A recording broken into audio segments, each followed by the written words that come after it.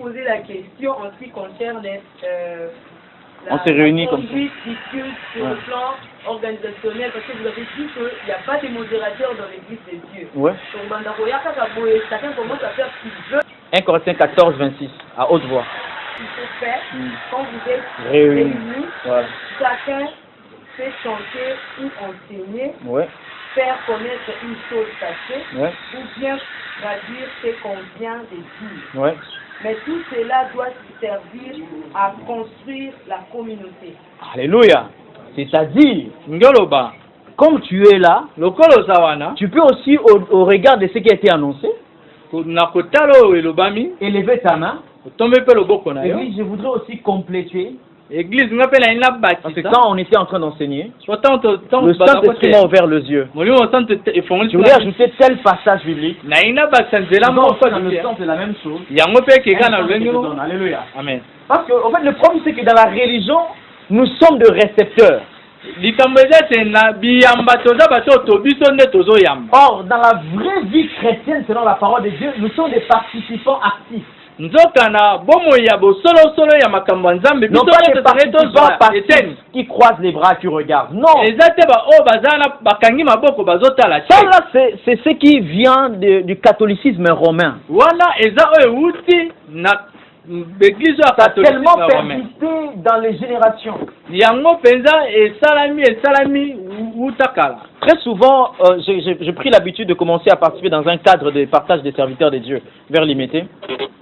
Là-bas, quand vous venez, vous aussi donner votre point de vue biblique. Mais c'est une conférence des serviteurs de Dieu. Comprenez un peu. Si vous faites ça, la vision biblique, c'est réunir pour donner aussi, ajouter, compléter, dans le but d'édifier, pas dans le but de démontrer la connaissance. C'est pas ce que le Seigneur veut. Ok? Et lorsque je viens à une réunion, je vois si vraiment vous m'observez bien dans ma vie chrétienne, quand je viens à une réunion de prière, je ne fais pas deux, trois choses. Je me mets assis, je commence à prier, à adorer le Seigneur. Je ne m'attendrai pas qu'il y ait une personne. Ça, c'est la religion. C'est comme ça que nous avons grandi, ce sont les choses que nous avons fait. Je viens à la réunion de prière, pourquoi? Je viens pour rendre le culte à Dieu. Je viens pour Jésus. Matthieu 18, 20 dit que là où 2 ou 3 sont réunis au nom de Jésus, Jésus est là. Et quand je me réunis au nom de Jésus-Christ, je suis même seul. Je sais qu'il est là, Emmanuel. Je ne m'attendrai pas qu'il y ait une personne pour dire que maintenant le culte commence, parce que je commence mon culte à le rendre à Dieu. Frères, sœurs. Quand vous commencez vos réunions de prière, commencez parce que le Seigneur est là. Pourquoi le feu a disparu chez vous? Parce que vous avez voulu organiser Dieu. Les choses de Dieu, on ne l'organise pas. On ne l'organise pas. Nous, notre rôle, c'est de veiller qu'il y ait de l'ordre. Amen, amen, amen. Amen. Nous restons. Si on va, moi je bénis Dieu. Dieu m'a dit, Olivier, il faut la refondation. Amen, amen, amen. C'est dit, pasteur, c'est vrai, on a un calendrier des activités extraordinaires que nous allons réaliser cette année. Mais Dieu m'a dit refondation, il m'a dit, homme de Dieu, on doit le faire. Alléluia. Amen. Parce qu'on ne peut, il faut qu'on fasse, le système, c'est terrible. Le système religieux. Et à un moment, ça te quitte, ça te revient tellement, tu es déjà dedans, tu ne comprends plus, mais tu es en train de dénoncer. Mais tu es dans le système, tu n'as pas idée. Non, je sors encore au nom de Jésus. Amen, amen, amen. Parce que moi, ça se rattrape, tu ne comprends pas. Au moment, c'est de donner un peu beaucoup d'argent, tu prends plaisir. Vous, là, vous ne me prenez pas en charge. Comment ça prend le plaisir? Il faut faire attention, Église. Alléluia. Amen. On reste dans la voie des apôtres. La Bible dit que celui qui préside, la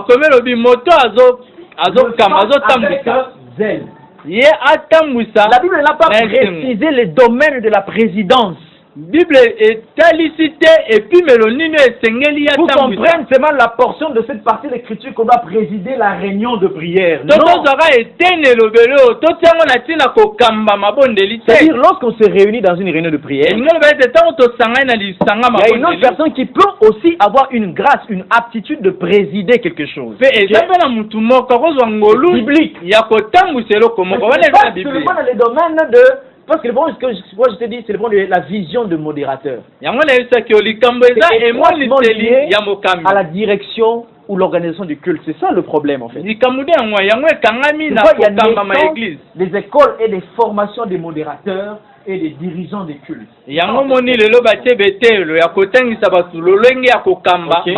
C'est-à-dire qu'on peut être à une réunion de prière. Il n'y a pas de spécialistes en modération qui sortent qui ont des certificats de modération. Non.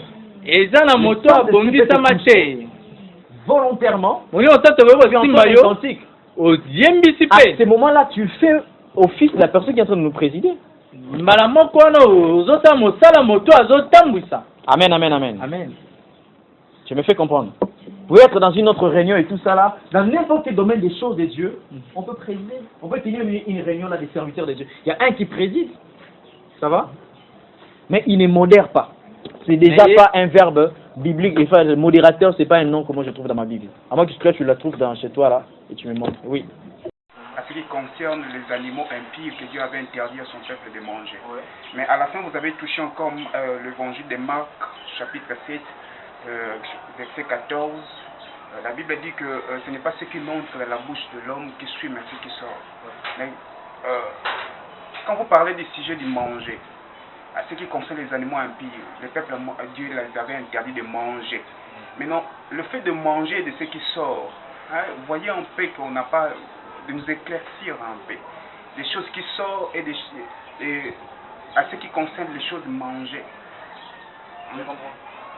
De nous éclaircir. Il y a une contradiction directe. Oui, comme s'il y a une contradiction là. C'est ça justement. C'est pourquoi avant de parler de ça, je nous ai parlé de législateur. Le législateur, c'est qui qu'on a parlé? Qui a donné cette loi-là que vous devez manger et ne pas manger? C'est qui? Dieu. C'est Dieu. Et qui est en train de dire maintenant, ce n'est pas ce que vous mangez là qui peut vous souiller? C'est qui? Dieu. C'est Jésus-Christ, n'est-ce pas, qui est Dieu. Amen. Hein, 1 Jean 5, 20 à 21. C'est lui qui est le Dieu véritable de la vie éternelle. Ok. Donc, le même qui a établi que vous ne devez pas manger telle ou telle autre chose par rapport à la pureté et l'impureté, c'est le même qui dit maintenant, vous devez manger. Ok. Prends ta Bible, ouvre dans Actes chapitre 10. Et pour la seconde fois, la voix se fit entendre encore à lui. C'est que Dieu a déclaré pur, ne le regarde pas comme souillé. C'est lui-même qui en est le législateur. C'est-à-dire, en établissant les dispositions nouvelles, il abroge les anciennes, qui interdisaient. Parce qu'il est le législateur. Ça va? Ok. Nous étions en train de parler voilà. Avec un serviteur de Dieu qui me demande qui est ton père spirituel. Et moi, je lui dis que je n'ai pas de père spirituel, mais j'ai un père dans la foi. Et il m'a dit, va dire... Non, dis, tu as un père spirituel. Qui est Dieu, oui, mais il parlait par exemple, le papa d'un daddy. Et moi, je dis que je n'ai pas un père physique comme ça qui peut être spirituel, mais moi, j'ai un père dans la foi. Et il me dit, va dire à celui qui t'a enseigné comme ça qu'il s'est contredit. Parce que même la foi là est spirituelle. La foi n'est pas physique. Et c'est quand même à moi question. Deuxième, c'est que hier à l'ULK, il y a eu Félix Oisé qui est venu présenter son livre, excusez-moi. Et dans son livre, il est venu, pas en tant que musicien, mais en tant qu'un scientifique. Et pendant qu'il présentait ce qu'il avait écrit, à la fin, il a évoqué un verset biblique. C'est dans le livre de Luc 23, verset 42. Au fait, pour Félix Oisé, il a montré aux gens que la Bible, Jésus lui-même s'est contredit. Parce que en ces moments-là, quand Jésus-Christ était décédé, donc, a rendu l'âme avec le voleur, la Bible nous parle que Jésus-Christ était allé prêcher. Oui. Et après, c'était après 3 jours qu'il a été ressuscité. Et après 40 jours que Jésus-Christ était parti. Ça veut dire que même le voleur a précédé Jésus, donc Jésus-Christ s'est contredit. Voilà pourquoi je pose la question. Je tiens à avoir rappelé une chose, c'est que la véritable sagesse, son livre est ces petits bonbons de la sagesse là, qui n'a rien de sagesse, parce que la véritable sagesse est en Dieu. Le monde avec sa sagesse n'a pas connu Dieu. Parce que s'il l'eût connu, il n'aurait pas crucifié le Seigneur Dieu de gloire. C'est l'Éternel qui donne la sagesse et c'est de sa bouche que sort la connaissance et l'intelligence, nous dit les Écritures. Donc ça n'a rien à voir si vous courez derrière ça, malheur à vous, qui cherchez des belles paroles pour exprimer à vos petites copines et tout ça là, ça n'a rien à voir. Dieu veut la véritable sagesse qui a été prêchée, qui est Christ, celle qui a construit l'humanité. Rien de ce qui a été fait n'a été fait sans elle. Cette sagesse qui a existé avant toute chose, c'est la personne de Yeshua. Amen. C'est même pas les petits bonbons, lui, il est la personnification même de la sagesse. Jésus-Christ de Nazareth. Donc je n'ai pas à lire ce livre et quoi que ce soit. Mais je vais intervenir parce qu'il a touché notre nourriture, notre constitution. Vous voyez un peu? En fait, il y a un problème. C'est pourquoi je nous ai dit que l'Église est appelée à être avertie. Parce que quand on n'est pas averti, on tombe dans n'importe quelle interprétation des Écritures. Souvenez-vous, je nous ai enseigné sur les versions bibliques. Le problème qui est là, c'est un problème de la version biblique. Ok? Dans la version véritable, il y a un petit souci par rapport aux virgules. Mais toutefois, dans l'explication, on peut toutefois comprendre. Le Seigneur ne dit pas qu'en vérité, tu es aujourd'hui avec moi au paradis. Il lui dit tu seras. C'est dans un futur. Mais la bonne version traduit, en vérité, je te l'ai dit aujourd'hui, virgule, tu seras avec moi au paradis. Et les paroles d'être au paradis, le Seigneur lui a dit ce jour-là. En vérité, je te le dis aujourd'hui. Tu seras avec moi au paradis. Tu es en train de faire ces histoires. Ok?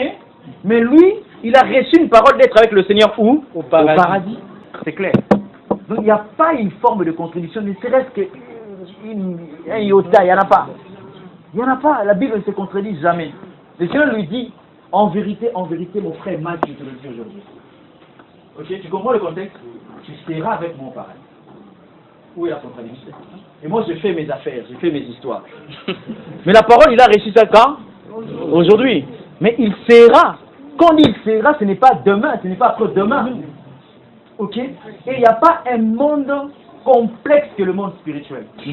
Parce que le monde spirituel, quand on parlait de la démonologie, vous comprendrez. Le monde spirituel, c'est un monde où il n'y a pas l'espace et le temps. Il n'existe pas. Vous comprenez?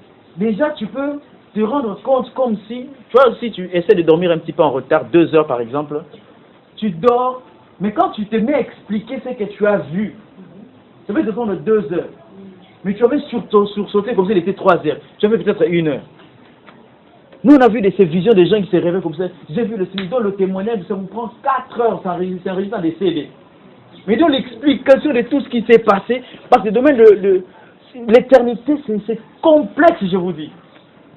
Donc quand le Seigneur Jésus-Christ pouvait être ressuscité à plusieurs personnes à la fois, 1 Corinthiens 15, à 500 personnes à la fois. Vous comprenez? Parce que Jésus, il est vraiment Dieu. Hein? Amen, amen, amen. Donc c'est un problème d'incompréhension, comme Paul dit, Pierre dit, 2 Pierre 3, dont les personnes mal affermies et ignorant ces torts de sens par rapport aux Écritures. C'est un problème d'affermissement, tout simplement. Ça va? Deuxièmement, par rapport à la foi, elle est spirituelle, mais l'homme qui a la foi, il est physique. C'est cette personne-là, l'homme physique, qui est engendré pour porter cette foi. C'est moi ça l'explication. C'est pas compliqué à répondre. Ça va? Et tu donnes maintenant des versets bibliques. Dis-lui, pose-lui maintenant la question. Pasteur, bon, je ne sais pas, mais tu peux quand même me donner un exemple, ne serait-ce qu'un, où nous voyons un fils spirituel d'un pasteur, d'un prophète, d'un apôtre dans la Bible. Je vous donne un exemple, qui n'aille pas ailleurs, qui n'aille pas au-delà des Écritures, qui te présente dans les Écritures. Or, dans les Écritures, nous voyons par exemple 1 Timothée 1, 18, par exemple, la recommandation qui s'adresse à Timothée, mon enfant, selon les prophéties, Paul appelle Timothée son enfant. Je prends également 1 Timothée 1.1. Paul, apôtre de Jésus-Christ par ordre de Dieu, notre Sauveur, et de Jésus-Christ, notre espérance, à Timothée, mon enfant légitime en la foi. Donc, vous comprenez? C'est lié à la foi, en fait. L'enfant est né dans la foi en Christ. Ok? Mais non pas... En fait, elle est née aussi spirituellement, mais notre père spirituel en esprit, c'est Dieu, en fait. Je ne peux pas remplacer Dieu en étant son père spirituel. Il est né de l'esprit. Cet enfant est spirituel. Il a une foi qui est certes spirituelle, c'est vrai. La personne qui l'a engendré, c'est une personne physique. 1 Corinthiens 4, 14. Ce n'est pas pour vous faire honte. Voilà. Voilà, c'est ça.